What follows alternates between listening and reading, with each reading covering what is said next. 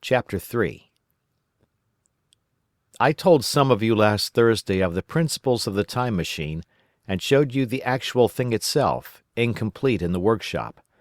There it is now, a little travel-worn truly, and one of the ivory bars is cracked and a brass rail bent, but the rest of it's sound enough. I expected to finish it on Friday, but on Friday, when the putting together was nearly done, I found that one of the nickel bars was exactly 1 inch too short, and this I had to get remade, so that the thing was not complete until this morning. It was at 10 o'clock today that the first of all time machines began its career. I gave it a last tap, tried all the screws again, put one more drop of oil on the quartz rod, and sat myself in the saddle.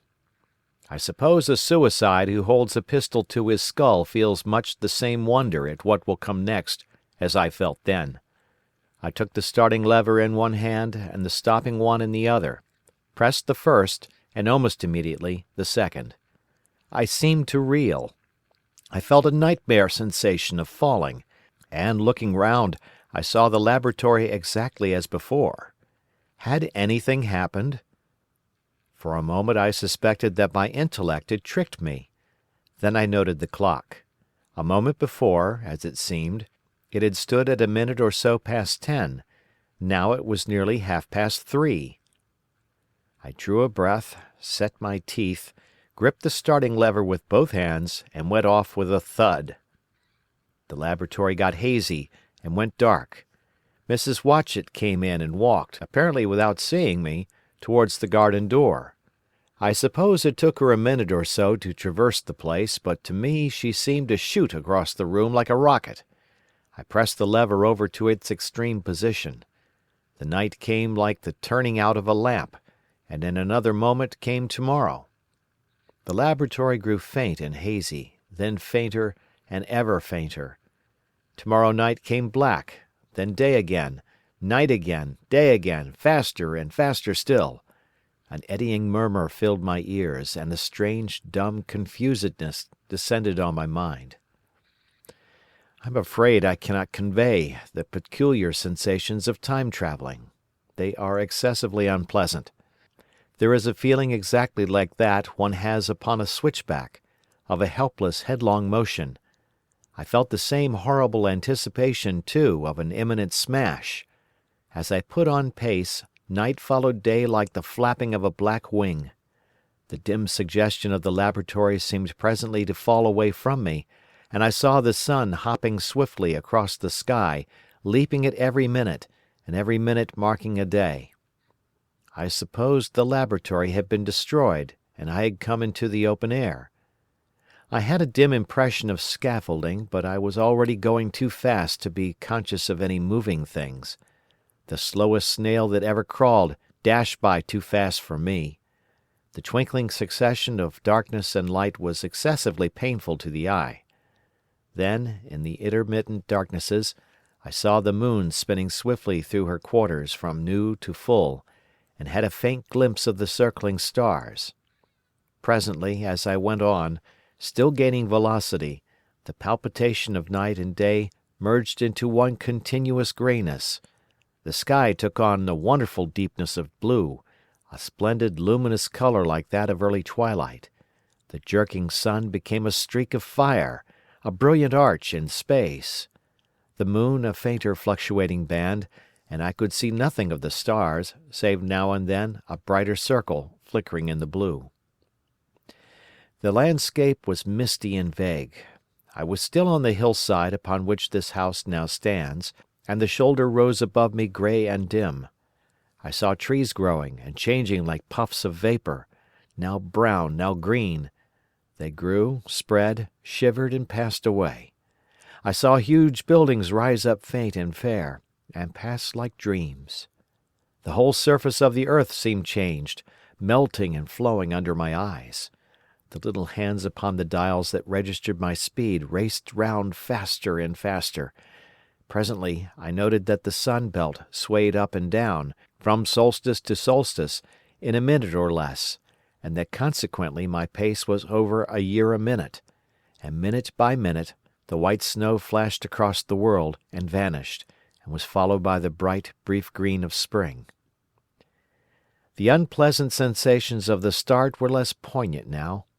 They merged at last into a kind of hysterical exhilaration. I remarked indeed a clumsy swaying of the machine, for which I was unable to account. But my mind was too confused to attend to it, so with a kind of madness growing upon me, I flung myself into futurity. At first I scarce thought of stopping, scarce thought of anything but these new sensations. But presently a fresh series of impressions grew up in my mind, a certain curiosity, and therewith a certain dread, until at last they took complete possession of me. What strange developments of humanity, what wonderful advances upon our rudimentary civilization, I thought, might not appear when I came to look nearly into the dim elusive world that raced and fluctuated before my eyes. I saw great and splendid architecture rising about me, more massive than any buildings of our own time, and yet, as it seemed, built of glimmer and mist. I saw a richer green flow up the hillside and remain there, without any wintry intermission. Even through the veil of my confusion the earth seemed very fair, and so my mind came round to the business of stopping. The peculiar risk lay in the possibility of my finding some substance in the space which I, or the machine, occupied. So long as I travelled at a high velocity through time, this scarcely mattered. I was, so to speak, attenuated, was slipping like a vapour through the interstices of intervening substances. But to come to a stop involved the jamming of myself, molecule by molecule, into whatever lay in my way, meant bringing my atoms into such intimate contact with those of the obstacle that a profound chemical reaction, possibly a far-reaching explosion, would result, and blow myself and my apparatus out of all possible dimensions, into the unknown. This possibility had occurred to me again and again while I was making the machine, but then I had cheerfully accepted it as an unavoidable risk, one of the risks a man has got to take. Now the risk was inevitable, I no longer saw it in the same cheerful light. The fact is that, insensibly, the absolute strangeness of everything, the sickly jarring and swaying of the machine, above all, the feeling of prolonged falling, had absolutely upset my nerve. I told myself that I could never stop, and with a gust of petulance I resolved to stop forthwith. Like an impatient fool I lugged over the lever, and incontinently the thing went reeling over, and I was flung headlong through the air. There was the sound of a clap of thunder in my ears. I may have been stunned for a moment. A pitiless hail was hissing round me, and I was sitting on soft turf in front of the overset machine.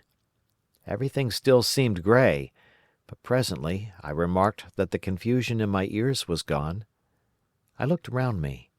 I was on what seemed to be a little lawn in a garden, surrounded by rhododendron bushes, and I noticed that their mauve and purple blossoms were dropping in a shower under the beating of the hailstones. The rebounding, dancing hail hung in a cloud over the machine and drove along the ground like smoke. In a moment I was wet to the skin.